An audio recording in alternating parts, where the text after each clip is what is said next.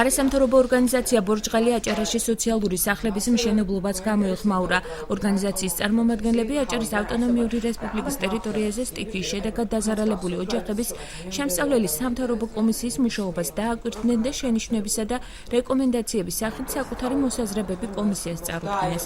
ბორჯღალის განცხადებით სპეციალური კომისიის მუშაობის პროცესში საზრდელი იქნებოდა მოსახლეობასთან შეხვედრები უფრო მეტი ინტენსიურობით განხორციელებულიყო. ჩვენ მივაწოდოთ რეკომენდაციები აღნიშნულ კომისიას სხვადასხვა ტიპის ხარვეზების შესახებ და ამ რეკომენდაციებში განსაზღვრული იყო არა მხოლოდ პრობლემები, არამედ ამ პრობლემების გადაჭრის გზებიც.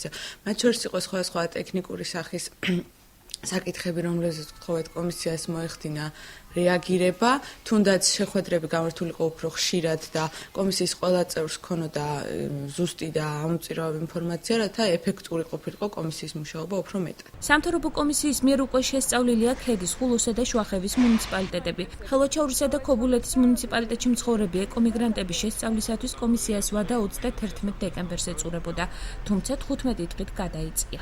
4 მუნიციპალიტეტი დღეს მოვჭით უკვე ხელვაჩაურის მუნიციპალიტეტის გადამოწმებას. შემოწმებული იქნა 32 ოჯახი, რომელიც შესახლებული იქნა შუახევის რეაბილიტირებულ შენობაში. 44 ოჯახია განხილული ახლა და მიმდინარეობს, როცა დასრულდება ქედის მუნიციპალიტეტის ყოფილი საავადმყოფო შენობის რეაბილიტაცია, მოხდება ამ ოჯახების შეყვანა. ორგანიზაცია ბორჯღალის წარმომადგენლების თქმით 15 დღიანი ვადა 2 მუნიციპალიტეტის შესასწავლად მხოლოდ კომისიის შეუფერხებლად მუშაობის შემთხვევაში იქნება საკმარისი.